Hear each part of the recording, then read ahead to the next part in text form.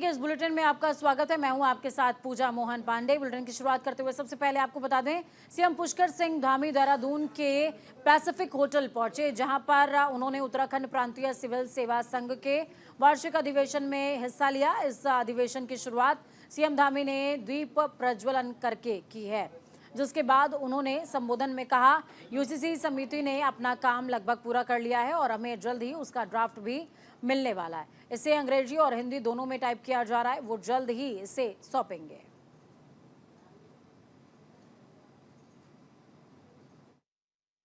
UCC committee ने अपना काम पूरा कर लिया है लगभग आपको बताऊं तो उसका भी हमको जल्दी ड्राफ्ट मिलने वाला है। तो वो ड्राफ्ट लेना भी है। उस ड्राफ्ट को अभी वो टाइप हो रहा है। पहले इंग्लिश में था, हिंदी में भी टाइप हो रहा है। उसके वॉल्यूम बन रहे हैं। किस तारीख को वो लोग आएंगे, देंगे। फिर उसके बाद विधानसभा का सत्र भी होना है। मातृशक्ति के सम्मेलन हो रहे हैं पूरे प्रदेश में। आपके यहाँ भी 12 तारीख को होने वाला है। तो कल रुद्रप्रयाग में है।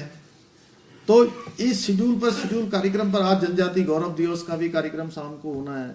एक सरस मेला लगा हुआ है, जिसमें हमारी मातृशक्ति को हम लोग जो स्वयं सहायता समूह है घर की, हमारी माताओं बहनों को आगे बढ़ाने के लिए, उनके उत्पादों को विपणन के लिए लगातार हम काम।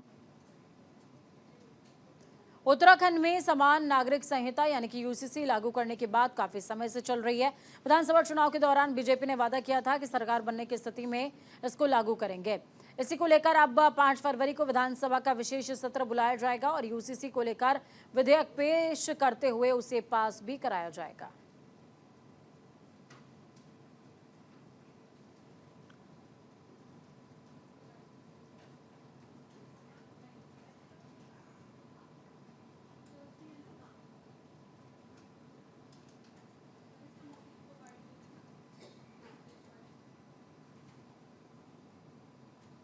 तो इस खबर पर ज्यादा जानकारी के लिए अनुज अवस्थी ग्राउंड जीरो से जुड़ गए हमारे साथ में। अनुज, क्या कुछ अपडेट है? देखिए, लगातार यूसीसी को लेकर चर्चाएं चल रही हैं और जिस तरीके से सीएम पुष्कर सिंह धामी ने अपने घोषणा पत्र में भी इसको शामिल किया था, अब वो घड़ी नजदीक आ रही है कि यूसीसी के बिल को पेश करते हुए पास कराया जा सकता है।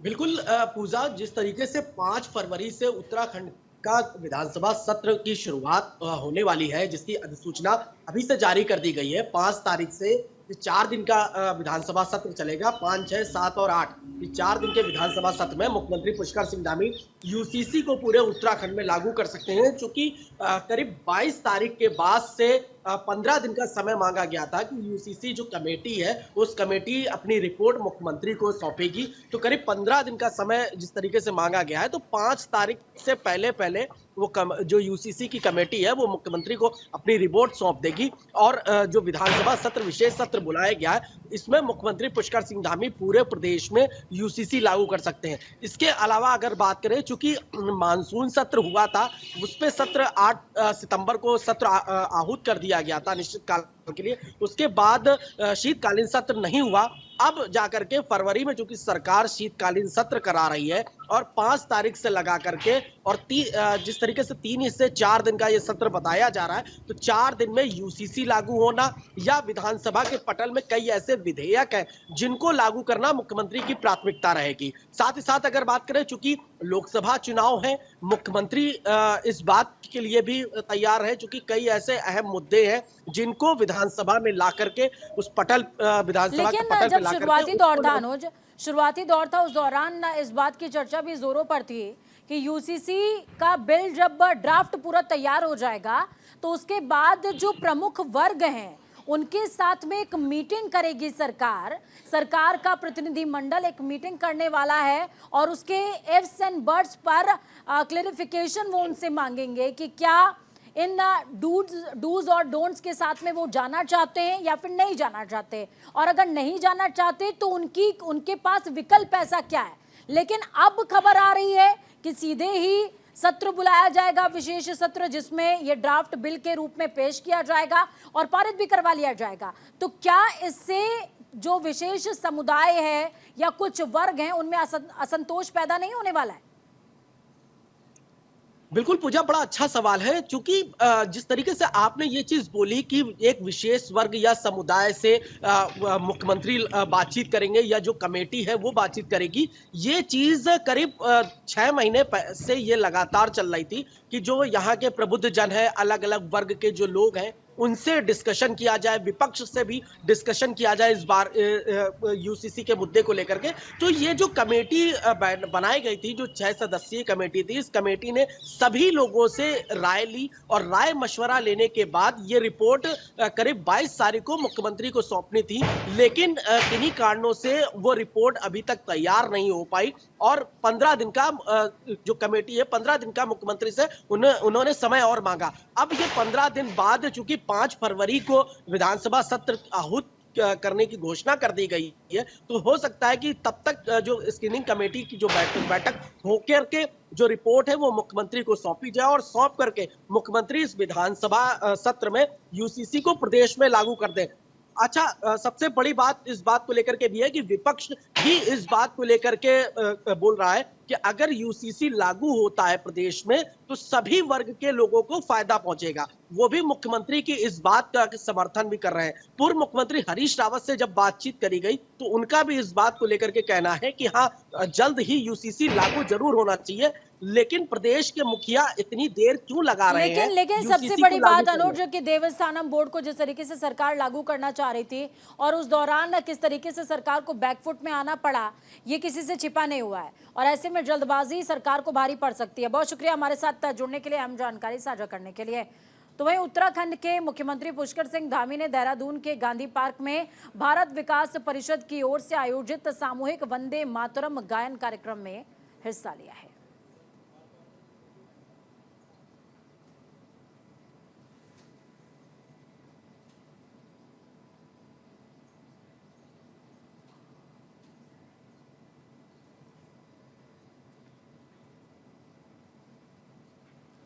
लोकसभा चुनाव की तैयारियों में जुटी उत्तराखंड कांग्रेस की चुनावी तैयारियों को धार देने के लिए कांग्रेस के राष्ट्रीय अध्यक्ष मल्लिकार्जुन खड़गे 28 जनवरी को देहरादून में विशाल रैली करेंगे। खड़गे की इस रैली में प्रदेश भर से पार्टी कार्यकर्ता सम्मिलित होंगे। रैली को लेकर कांग्रेस प्रदेश अध्यक्ष करण माहरा और नेता प्रतिपक्ष यशपाल आर्या के साथ ही तमाम पार्टी के वरिष्ठ नेताओं ने बन्नू ग्राउंड रेस कोर्स देहरादून पहुंचकर कार्यक्रम की तैयारियों का जायजा लिया। इस दौरान नेता प्रतिपक्ष यशपाल आर्या ने बताया है कि मल्लिकार्जुन खड़गे देहरादून में विराट कांग्रेस कार्यकर्ता सम्मेलन को संबोधित करने वाले हैं। हजारों की तादाद में कार्यकर्ता और स्थानीय जनता इस कार्यक्रम में शरीक होगी। अब भीड़ नहीं जुटा रहे हैं, ये भीड़ नहीं है, ये लाइव ही भीड़ नहीं होगी। ये भीड़ का नाम देना ही मैं समझता हूँ कि उचित नहीं होगा। यह कार्यकर्ताओं का सम्मेलन है, जो डिस्ट्रिक्ट स्तर का कार्यकर्ता है, जो बूथ स्तर का कार्यकर्ता है, जो हमारे मंडल हमने बनाए हैं, जो हमारे ब्लॉक इकाइयों के पदाधिकारी हैं, जो हमारे पूरे प्रदेश में विधानसभा वार जो हमारे कार्यकर्ता हैं वो इसमें शिरकत करेंगे, भागीदारी करेंगे और उन्हीं को आदरणीय जी संदेश देंगे। उन्हीं का मार्गदर्शन हमें मिलेगा आदरणीय जी का, और वो हम उससे निश्चित रूप से, जैसा मैंने कहा कि बहुत उत्साह देखने को मिल रहा है। एक नई ऊर्जा का, एक नए जोश का कार्यकर्ताओं में संचार होगा और मेरा मानना है कि और इन्हीं मुद्दों को लेकर जो आदरणीय अध्यक्ष जी का संबोधन होगा, हम लोग उसको आत्मसात भी करेंगे और जनता के बीच में भी जाएंगे। कांग्रेस नेता आचार्य प्रमोद कृष्णम ने बीते दिन उत्तराखंड हल्द्वानी का दौरा किया, जहां उन्होंने बिहार के सीएम नीतीश कुमार पर बड़ा बयान दे डाला है। उन्होंने कहा नीतीश कुमार अपनी विश्वसनीयता खो चुके हैं, इसके लिए उनके फैसले और वो खुद जिम्मेदार हैं। उन्होंने आगे कहा कि जेडीयू और उनके नेताओं की करतूतों के कारण ही विपक्ष के लिए नई उम्मीद बना INDIA खतरे में नजर आ रहा है। इसके साथ ही उन्होंने कांग्रेस को अकेले चुनाव लड़ने की सलाह भी दी है।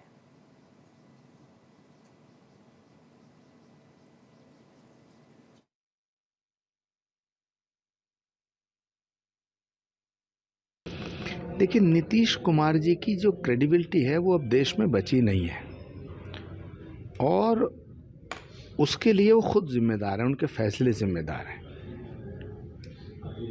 उनके फैसले से और उनकी हरकतों से जेडीयू की जो हरकतें हैं, जेडीयू के नेताओं की जो बातें हैं, उनसे ऐसा लगता है कि जो इंडिया गठबंधन नाम की एक नई उम्मीद विपक्ष को मिल रही थी, उस पर बहुत बड़े संकट के बादल मंडरा रहे हैं। कांग्रेस पार्टी को चाहिए कि पूरे देश में अकेले चुनाव लड़ने की तैयारी करे। इन बैसाखियों के सहारे इतना बड़ा युद्ध नहीं लड़ा जा सकता है। धर्मनगरी हरिद्वार में नगर निगम क्षेत्र में चल रही मीट की दुकानों को अब शिफ्ट किया जाएगा, जिसके लिए जिलाधिकारी ने नगर आयुक्त को इसकी कवायद शुरू करने के निर्देश भी दिए हैं। नगर आयुक्त वरुण चौधरी ने बताया कि मीट प्रकरण को हमारी टीम लगाकर दुकानों पर जाकर चेक कर रही है। अगर किसी दुकानदार की ओर से किसी तरह का उल्लंघन किया जा रहा है तो उसका चालान की प्रक्रिया भी की जा रही है। हालांकि ये चालान प्रक्रिया स्थायी समाधान नहीं है, इसलिए जिलाधिकारी के नेतृत्व में लगभग 90 से ज्यादा दुकान डेवलप की जा रही है।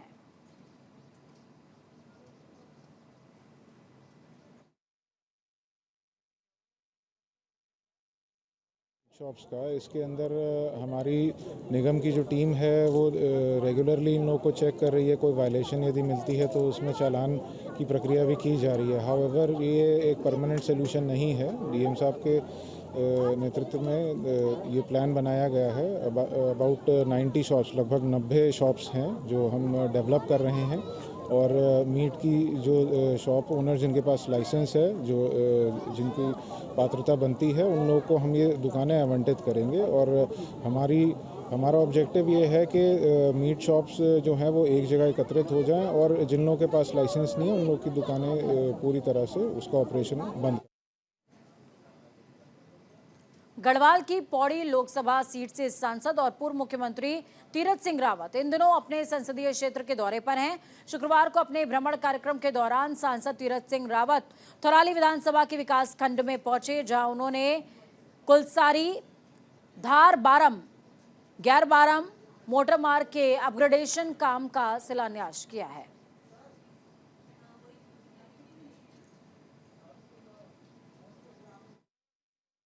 हम लोग बूथ तक हैं, हम लोग पन्ना प्रमुख तक हैं। भारतीय जनता पार्टी का परचम ले रहेगा। मोदी जी पुनः तीसरी बार प्रधानमंत्री बनेंगे और इस देश का नेतृत्व करेंगे।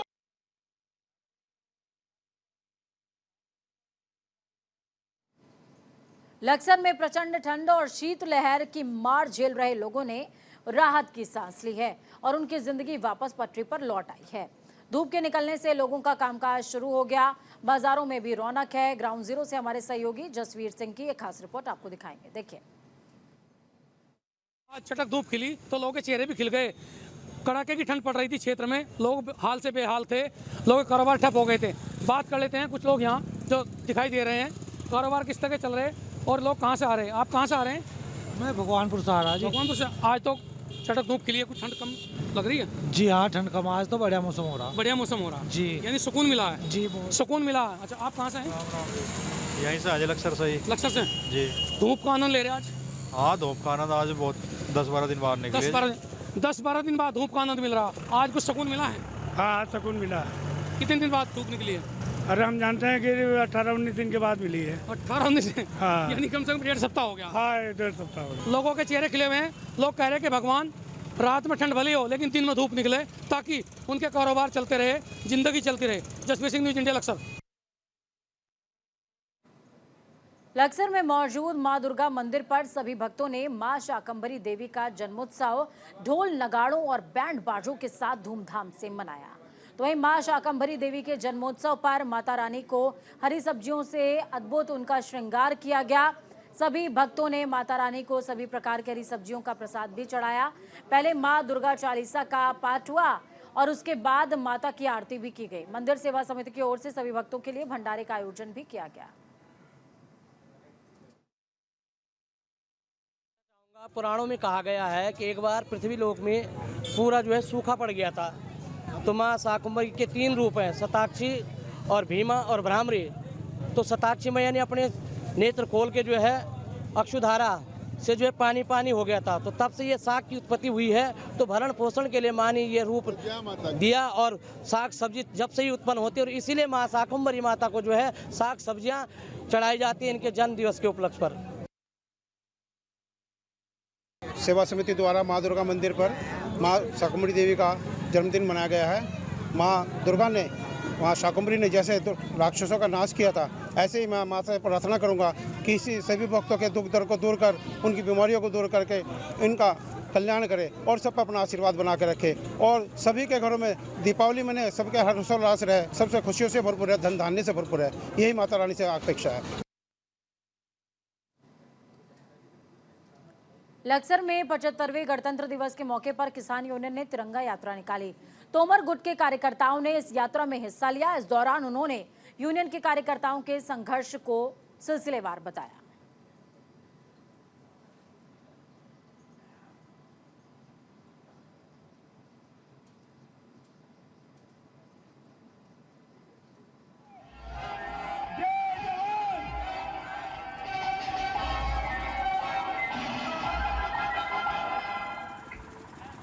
सैकड़ों की संख्या में गाड़ियां, मोटरसाइकिल, ट्रैक्टर, ट्रॉली आदि हैं, अन्य किसान भी हैं और ये भारतीय किसान यूनियन तोमर की ओर से जो मनाया गया है, हम यही चाहेंगे कि 15 अगस्त, 26 जनवरी या कोई भी धार्मिक अनुष्ठान जो भी होता है तो उसमें हमारी यूनियन बढ़ चढ़ के हिस्सा ले और मजदूर तबके की और किसानों की लड़ाई निरंतर लड़ते रहे। हमारे साथ सैकड़ों की संख्या में गाड़ियाँ, मोटरसाइकिल, ट्रैक्टर, ट्रॉली आदि हैं, अन्य किसान भी हैं और ये भारतीय किसान यूनियन तोमर की ओर से जो मनाया गया है, हम यही चाहेंगे कि 15 अगस्त, 26 जनवरी या कोई भी धार्मिक अनुष्ठान जो भी होता है तो उसमें हमारी यूनियन बढ़ चढ़ के हिस्सा ले और मजदूर तबके की और किसानों की लड़ाई।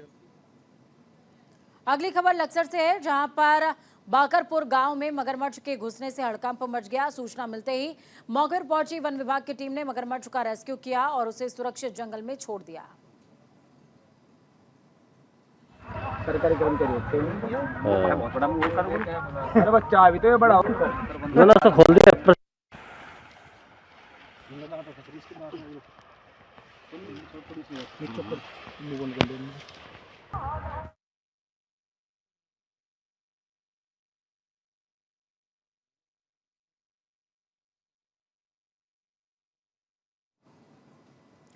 Nainital road Nirmala convent school के पास 3 गुलदार नजर आए हैं, जिसका वीडियो स्थानीय लोगों ने बनाते हुए सोशल मीडिया पर डाल दिया है।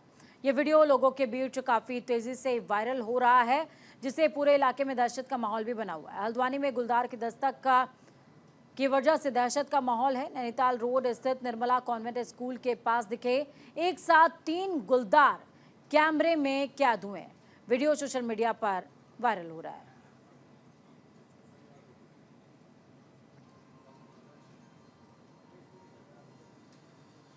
तो देवभूमि के इस बुलेटिन में फिलहाल खबरों का सफर यहीं तक। बुलेटिन के उस पार ताजा अपडेट्स के लिए देखते रहिए न्यूज़ इंडिया, क्योंकि हम है राष्ट्र की आवाज। नमस्कार।